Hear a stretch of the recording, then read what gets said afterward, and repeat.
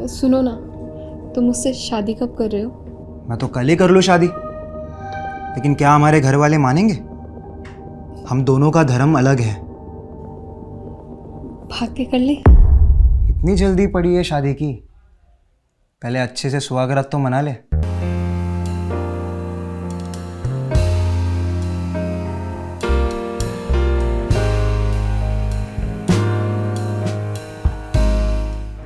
मुश्ताक और नेहा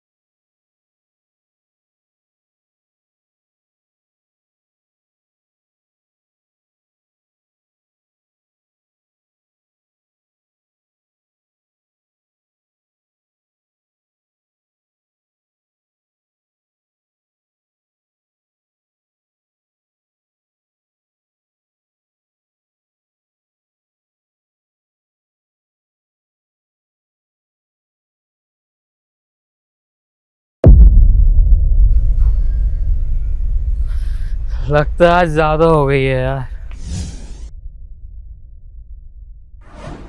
घर कैसे जाऊंगा? ऑटो भी नहीं दिख रहा है, ना कोई बंदा भी।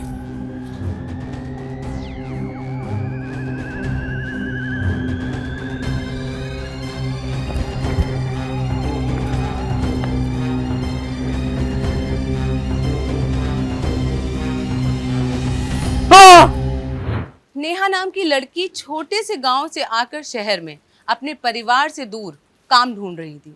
उसका दोस्त किशोर उसे किसी पार्टी के बाद घर छोड़ने आया था और छोड़ के निकल गया, पर ये सब कोई चुपके से देख रहा था।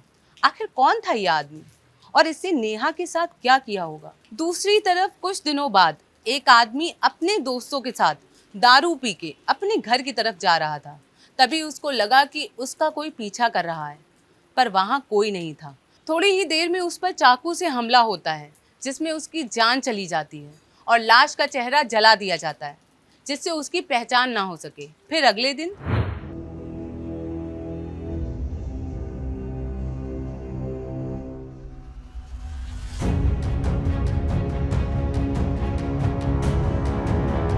क्या हुआ? सर यहाँ एक सुबह लाश मिली थी। बॉडी की पहचान होना बहुत मुश्किल था। सर चेहरा बुरी तरह जला के खराब कर दिया था और गर्दन पे और शरीर पे वार किए थे। बॉडी कहाँ है? सर हमने बॉडी को पीएम के लिए भेज दिया है। सर आपको इन्फॉर्म किया था पर थोड़ा लेट हो गया सर। यहाँ पर भीड़ जमी हुई थी, उनको हटाने में टाइम लग गया। और ये मर्डर कब हुआ था? सर एग्जैक्ट टाइम पता नहीं, शायद रात को हुआ होगा। आसपास किसी ने कुछ देखा? नहीं सर, देर रात तक ये गली में कोई आता जाता नहीं है। क्योंकि लूटपाट और मारपीट के बहुत सारे केसेस हो चुके हैं सर। पर इस गली के पास एक आदमी ने एक बेवड़े को जाते टाइम देखा था, शायद उसकी हत्या हुआ ही। और कोई जानकारी? नहीं सर। एक अकेला बेवड़ा चाकू पे गिर के तो नहीं मर सकता, और ना ही अपना चेहरा खुद जला सकता है। हो सकता है कि कोई दूसरा इंसान यहाँ आया हो। एक काम करो, आसपास पूछताछ करो, शायद किसी ने कुछ देखा हो। जी सर।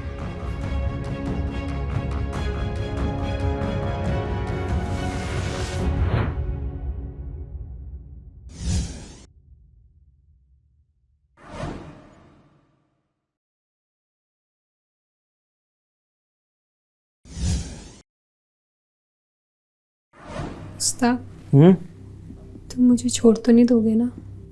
पहले अच्छे से पकड़ तो लेने दो। नेहा, नेहा, मैं तुमसे बहुत प्यार करता हूँ। मैं तुम्हें कभी नहीं छोड़ूंगा। पता नहीं क्यों मुझे आजकल बहुत डर लग रहा है। क्यों? क्या बात है? बताओ मुझे। और ये चोट कैसे लगी? ये तो कुछ नहीं, बस ऐसे खुद के नाखून लग गए थे। तुम मुझसे कुछ छुपा रही हो? अरे नहीं, मैं तो सच बोल रही हूँ। अच्छा छोड़ो, वो किशोर कहाँ गया?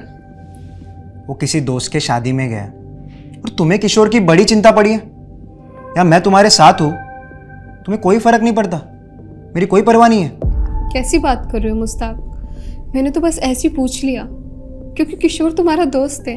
हाँ वही, किशोर मेरा दोस्त है। उससे ना दूरी है ना तुम। तुम्हें क्या हो गया? आज तुम बहुत उखड़ी उखड़ी बातें कर रहे हो। अच्छा छोड़ो, सुनो ना, तुम मुझसे शादी कब कर रहे हो? मैं तो कल ही कर लूँ शादी, लेकिन क्या हमारे घर वाले मानेंगे? हम दोनों का धर्म अलग है। भाग के कर ले। इतनी जल्दी पड़ी है शादी की? पहले अच्छे से सुहागरात तो मना ले।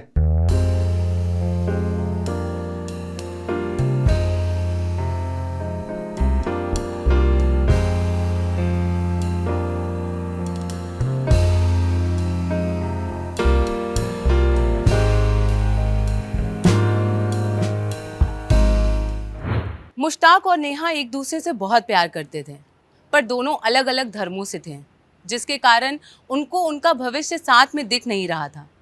पर इससे उनके प्यार में कोई कमी नहीं आई थी। मुश्ताक थोड़ा सा गुस्सैल प्रवृत्ति का इंसान था, पर जैसा कि हमने देखा कि नेहा पर किसी ने चाकू से वार किया था। आखिर क्या हुआ होगा? नेहा तो जिंदा थी, उसे कुछ नहीं हुआ, एक खरोंच भी नहीं आई। और ये जो लाश मिली थी, ये किसकी थी?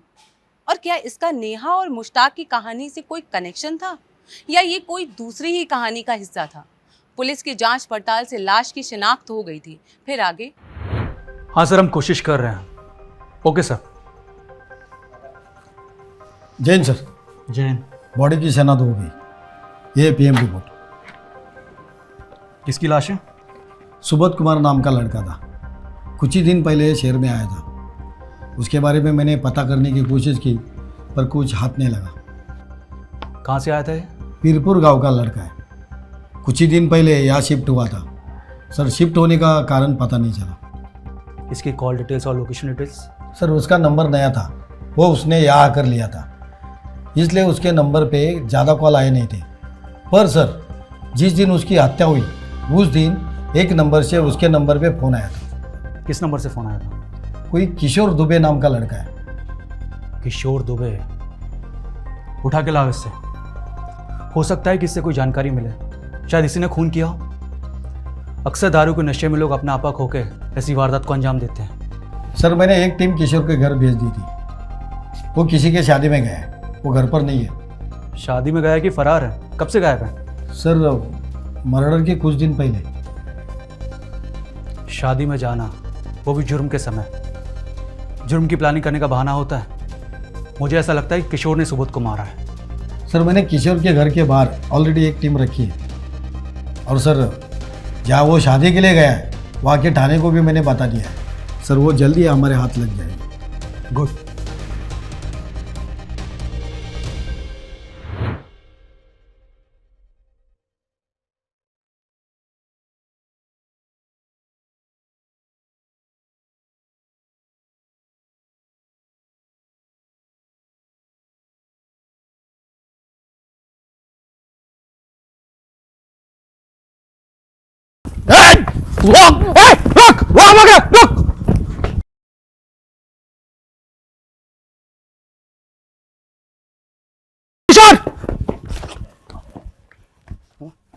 कब तक भागेगा हमसे? हाँ, कब तक भागेगा?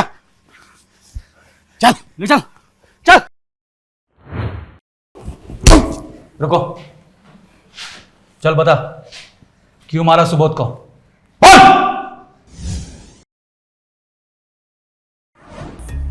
कौन सुबोध सर? अच्छा, तू अभी सुबोध को भी नहीं जानता है?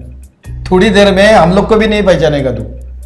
लगता है सर इसके सर पे ना चोट लगी है, इसलिए इसकी याददाश्त चली गई है। पुलिस को देख के अच्छे अच्छों की याददाश्त चली जाती है, लेकिन जब लाठियां पड़ती है ना तो वापस भी आ जाती है। सर मैं सच कह रहा हूँ, मैं नहीं जानता, मैंने नहीं मारा सुबोध को, सच कह रहा हूँ सर। सर इसकी याददाश्त तो वापस आ गई बिना डंडे खाए। ये सुबोध को पहचानने लगा। अभी धीरे धीरे सब सच भी बोलेगा। क्यों किशोर? सर मैं सच कह रहा हूँ, मैंने नहीं मारा सुबोध को सर, आप मेरी बात मानिए सर। तो सुबोध के नंबर पे आखिरी कॉल तेरे नंबर से क्यों गया था? वो फोन तो सर मैंने उसको दारू पीने के लिए बुलाने के लिए किया था सर। अच्छा, तू अनजान लोगों के साथ दारू भी पीता है? नहीं सर, मैं उसे जानता हूँ, पर बहुत अच्छे से नहीं जानता, बस थोड़ा बहुत जानता हूँ सर। कैसे जानता है? अब वो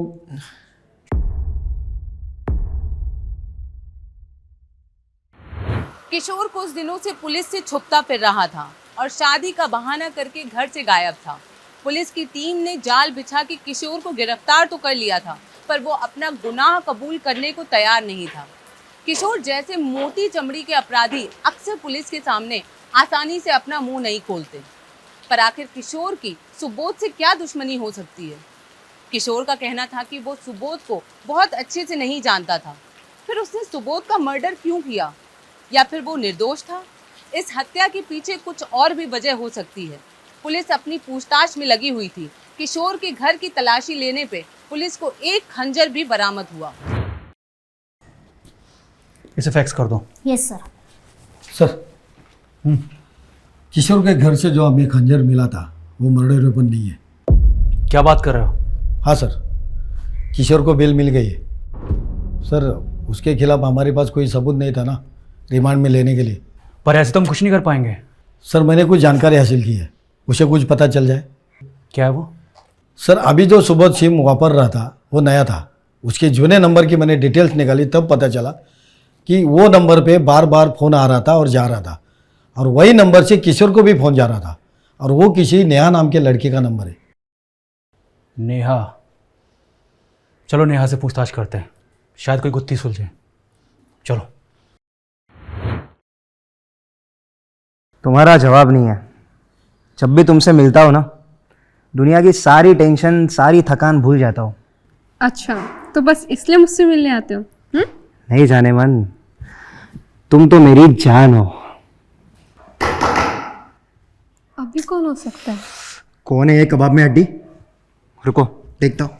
नहीं, तुम रुको, मैं देख के आती हूँ।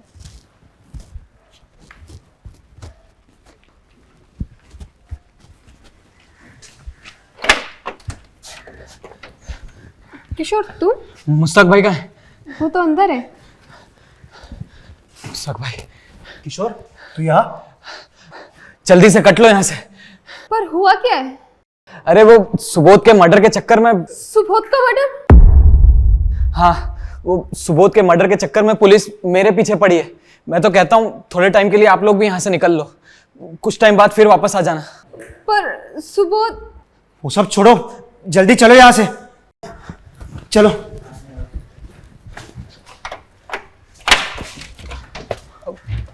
हाँ भाग रहे हो? हाँ ले चलो तीनों को। चल चल सर। सुनिए तो, सुनिए। आखिर किशोर पुलिस की कैद से छूटते ही मुश्ताक और नेहा के पास क्यों गया? क्या नेहा और मुश्ताक भी इस हत्या में शामिल थे? नेहा की बातों से तो लग रहा था कि उसे हत्या के बारे में कुछ खबर ही नहीं है, पर मुश्ताक? क्या मुश्ताक और किशोर इस हत्या में शामिल थे? पर आखिर इस हत्या की वजह क्या हो सकती है? आखिर क्यों मुश्ताक और किशोर को ये कदम उठाना पड़ा? आखिर सुबोध का नेहा से क्या लेना देना था? बहुत से सवाल मेरे मन में भी उठ रहे हैं। पुलिस ने तीनों को कस्टडी में लेकर जब पूछताछ शुरू की तब पूरी कहानी सामने आई। अब तुम में से कौन बताएगा सुबोध का असली कातिल कौन है? क्यों मारा उसे? सर ये सब क्या हो रहा है, मुझे कुछ नहीं पता। अच्छा, एक मासूम की जान लेके बोल रहे हो हमें कुछ पता नहीं है? सुबोध के कॉल लिस्ट में सबसे ज्यादा तुम्हारे नंबर से कॉल गए थे, बोलो। वो मासूम नहीं था, बलात्कारी था वो। क्या बलात्कारी? क्या बक रहे हो? किसका बलात्कार किया था उसने? सर मेरा। पर सच में मुझे सुबोध की हत्या के बारे में कुछ नहीं पता। मैंने मारा है उसे। क्या हुआ था जल्दी बताओ। सर सुबोध मेरा एक्स बॉयफ्रेंड था और एक समय में मैं उससे बहुत प्यार करती थी, लेकिन जब हमारी नहीं बनी तो उसने मेरा जीना हराम कर दिया। इसलिए मैं गांव छोड़कर यहाँ शहर में आ गई, लेकिन वो यहाँ भी मेरे पीछे पीछे आ गया।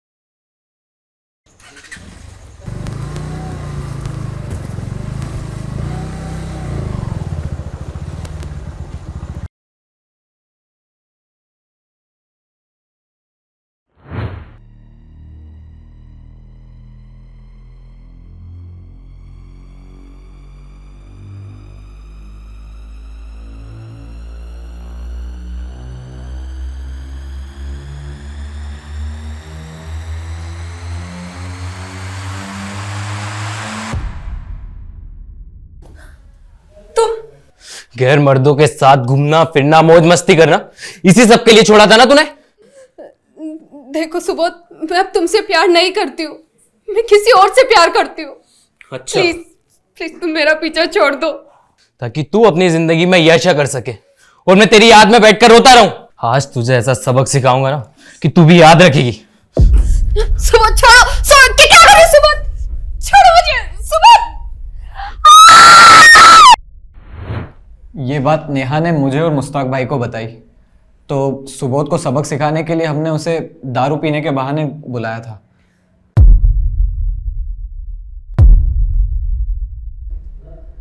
उसके बाद मैंने उसे बहुत समझाने की कोशिश की ताकि बात आगे ना बढ़े, फिर वो मानने को तैयार ही नहीं था। उसके बाद मैंने किशोर और सुबोध को अपने अपने घर निकलते हुए देखा और मैंने सुबोध का पीछा किया।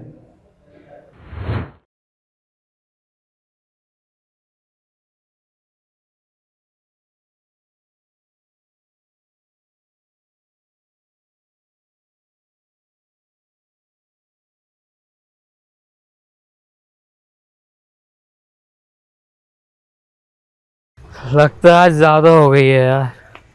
घर कैसे जाऊंगा? ऑटो भी नहीं दिख रहा है, ना कोई बंदा भी।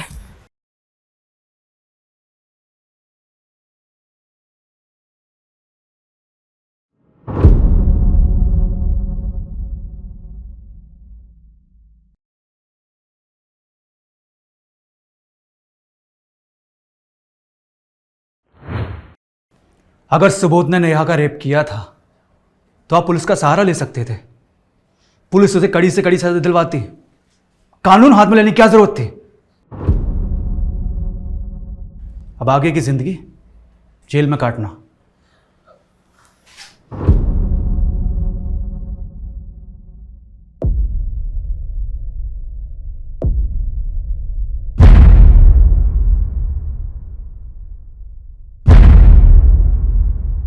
सुबोध नेहा से प्यार करता था। जब उनका रिश्ता खत्म हो गया तब भी सुबोध ने नेहा को सताना नहीं छोड़ा।